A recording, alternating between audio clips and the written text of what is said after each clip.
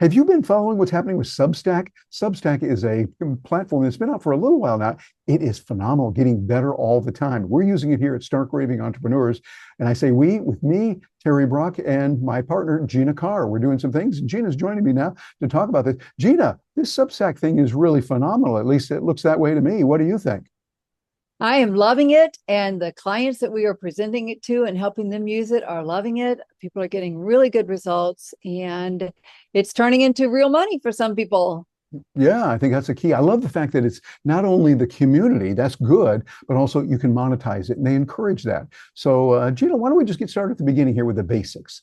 The basics of what is Substack, how are people using it right now, and particularly, how are we using it here at Stark Raving Entrepreneurs? Well, Substack is like many platforms all together. And I say it's kind of like Blogger.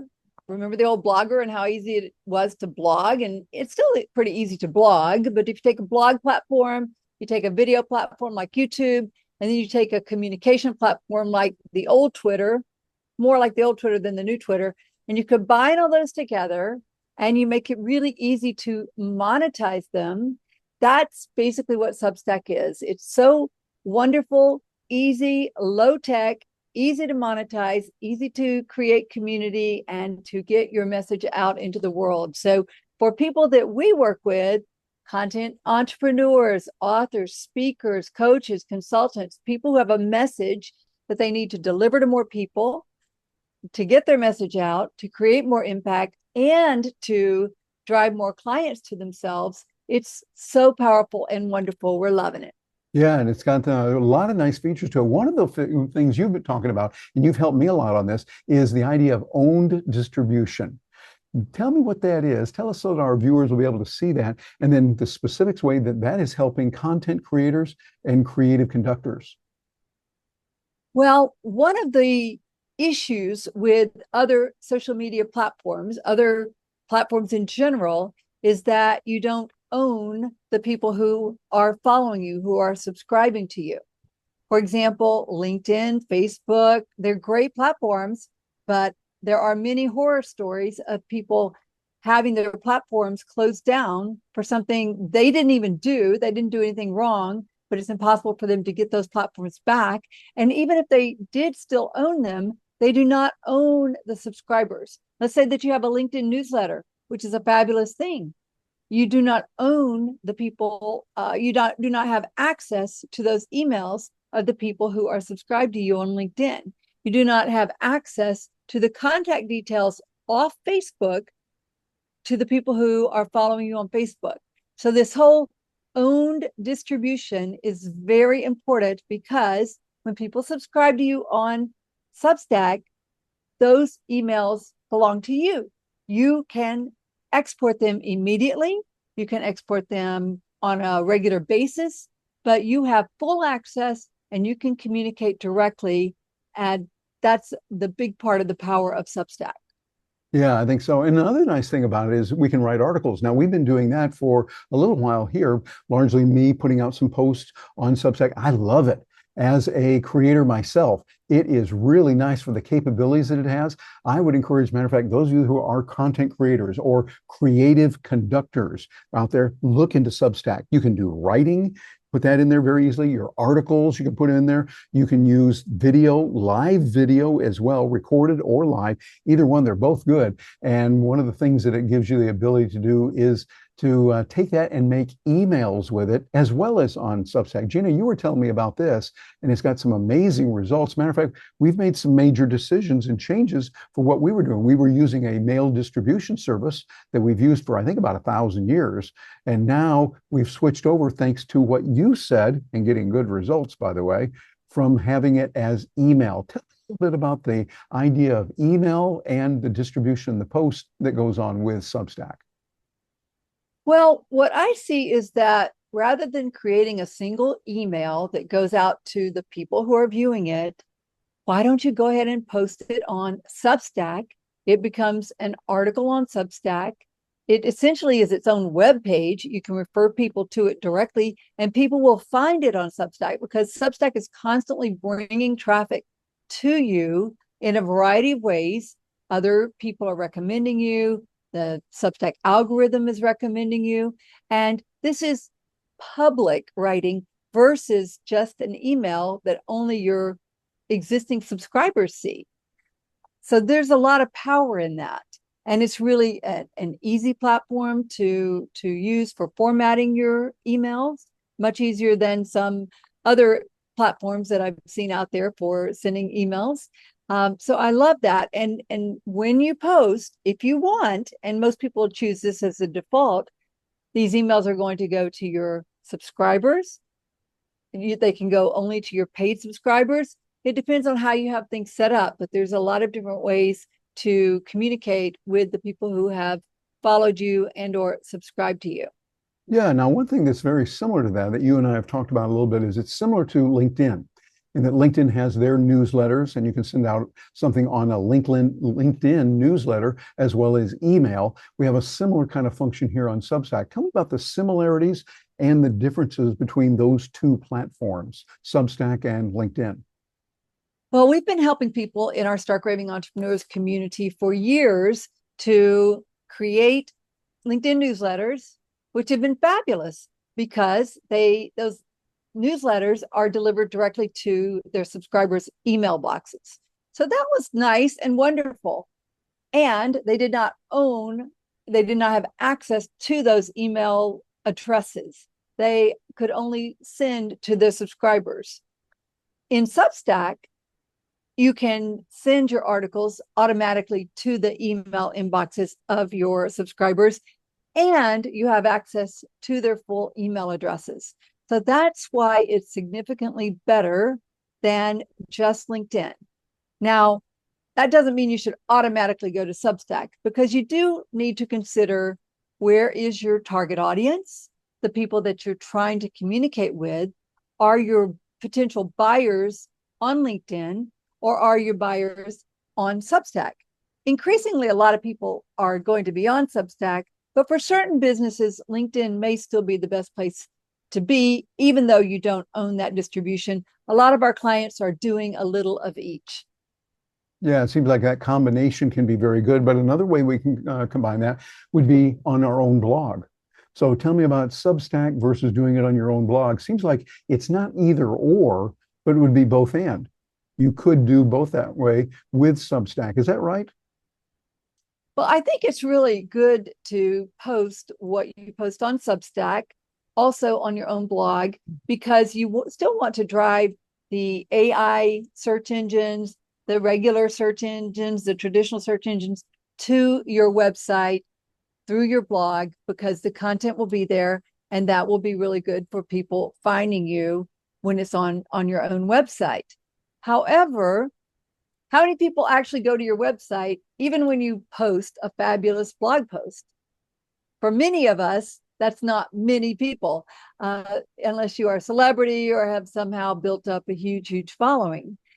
On Substack, Substack is constantly bringing you traffic, and people who are already reading you and subscribe to you are recommending you, or somehow communicating in a way that lets their followers know that they think that what you're doing is good. It's much like being in a store on a deserted highway, which would be your own blog, versus being a very busy kiosk in a mall where the traffic's already there, it's already going by. Why don't we publish our articles there, which is Substack? Yeah, exactly. And I think that's real good. Now, one of the things also is to look at the all-in-one platforms versus Substack. There's some that are all-in-one. Tell us a little bit about that. First of all, how we would define all-in-one, and then where Substack comes in there and actually gives some real advantages for the platform and how it's working. Well, all-in-one platforms would be these platforms where you can do a number of functions from within a single platform, such as sending your email, collecting payment, hosting a vault where your content is. A couple that we use and folks subscribe to through us, Kartra and GoHighLevel. Those are two that we really like. And for the foreseeable future, you probably still need platforms like that, because you're going to want to move your subscribers from Substack, you're going to want to, let's just call it upgrade. You don't necessarily move them off of Substack, but you're going to want to upgrade them into a more profitable relationship with you or a higher ticket relationship with you. And you are going to need another service to do that. So for that reason, it's still important for most content entrepreneurs who are working on a serious business to have another platform where they can collect money, they can email very direct segments, and they can host the content that's needed, and possibly even a forum. The content, those are still some areas where Substack is not as strong, but Substack keeps improving all the time. And who knows, one day these other all-in-one platforms may not be needed. But right now, in my opinion, they are for most content entrepreneurs. Yeah, we can definitely use both of them. But then that leads to a thing that's really hot on Substack, and that is monetization. Just saying that word makes me excited. It's a real good thing there. Get those kind of money coming in, and everyone's winning because Substack will get a portion of it, and you will get a portion of it. They're very generous and very fair, I think, in the way they do it. Tell us a little bit about how monetization works on Substack and what our content entrepreneurs need to know about that. Well, one of the things I said in the beginning was if YouTube, Blogger, and Twitter had a baby that was easy to monetize, this is where the money comes in. And my favorite kind of money, recurring revenue on monthly or annual basis. Because here's the way Substack works for monetization. They keep 10% off the top of whatever you earn. And then they currently use Stripe as the processor. So Stripe's going to get another 3.5% or so. So you are paying for the convenience and the processing and the traffic and all of those things that are keeping traffic coming to you and that are increasing your subscribers and increasing your money. So they get paid when you get paid, which means that they are constantly encouraging people to buy from you, to subscribe at the paid level from you. And yes, they will be recommending you more when you have your paid subscriptions turned on. In the beginning, you'll probably want to start with free subscriptions while you're testing the waters and trying to figure out how Substack works, what types of content are appealing to people. But very soon, you'll probably want to add a monetization tier. And you can do all sorts of options. Something that's kind of popular on Substack right now is a $10 a month or $100 a year, or what's called Founders Club. Usually is higher, maybe it's $350 for the year. But there are all sorts of options out there that you can customize, but you are limited to those three paid options right now. Basically, a monthly, an annual, and then some sort of higher annual. So those are the options, but you can fill in the blanks there. And what you want to do is, if you imagine a revenue pyramid where at the bottom is your free content, and then maybe maybe that's the what of what you talk about, and maybe some of the how-to is behind the paid level. And then access to you. Let's say that you are offering an occasional Q&A through a live venue, through either Substack's venue, or you invite people who are paid subscribers to join you on Zoom, where they really have access to you and other community members. Those are some levels. So you basically are, as people go up the paid tier, they're getting increased access to you and increased knowledge about what you do and how you can help them.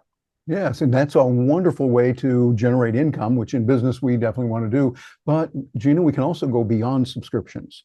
So subscriptions is one good solid way to do it on Substack, but I understand there's other ways too that get very creative and wonderful for all involved. Tell us about that.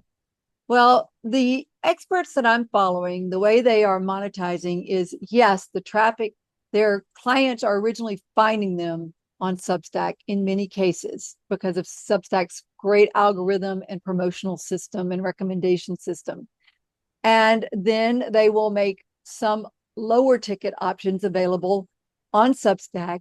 But as they want people to buy their $500 courses or their $3,000 programs or their $1,000 a month programs, they will likely upgrade them into another paid system and into another type of content vault, such as I mentioned on Kartra or GoHighLevel, which is an all-in-one place to host that type of material, and to use those functionalities there. So you will want to move them into a higher option. It's going to be a rare person who can really make big money just with their Substack lower level subscriptions. But people are getting creative, people are experimenting, and it's fascinating to see what's going on. We're really in the early days of Yep. people using Substack, monetizing on Substack, publishing, and so constantly people are trying out new options.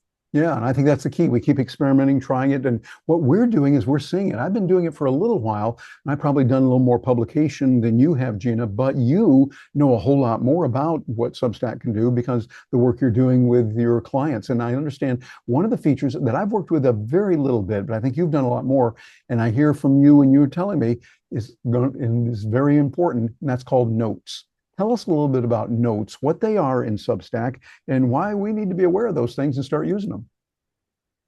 Well, Substack has evolved. Originally, it was just post your articles and the algorithm would help people find them. But now it has added a feature called Notes, which this is more like the Twitter part of, Substack. And this is, although it's not Twitter, so don't start tweeting on Substack. But this is a place where you can share your thoughts, share ideas. You really have to get in there and find your own rhythm of what you're going to share that people like. Sometimes it's just a few lines of text. Sometimes it's a short thought. You can share videos. You can share images. You can share a podcast even. It has that functionality, but you're going to need, that's a big part of what drives people to your articles and helps you develop subscribers. So you interacting on other people's notes is important.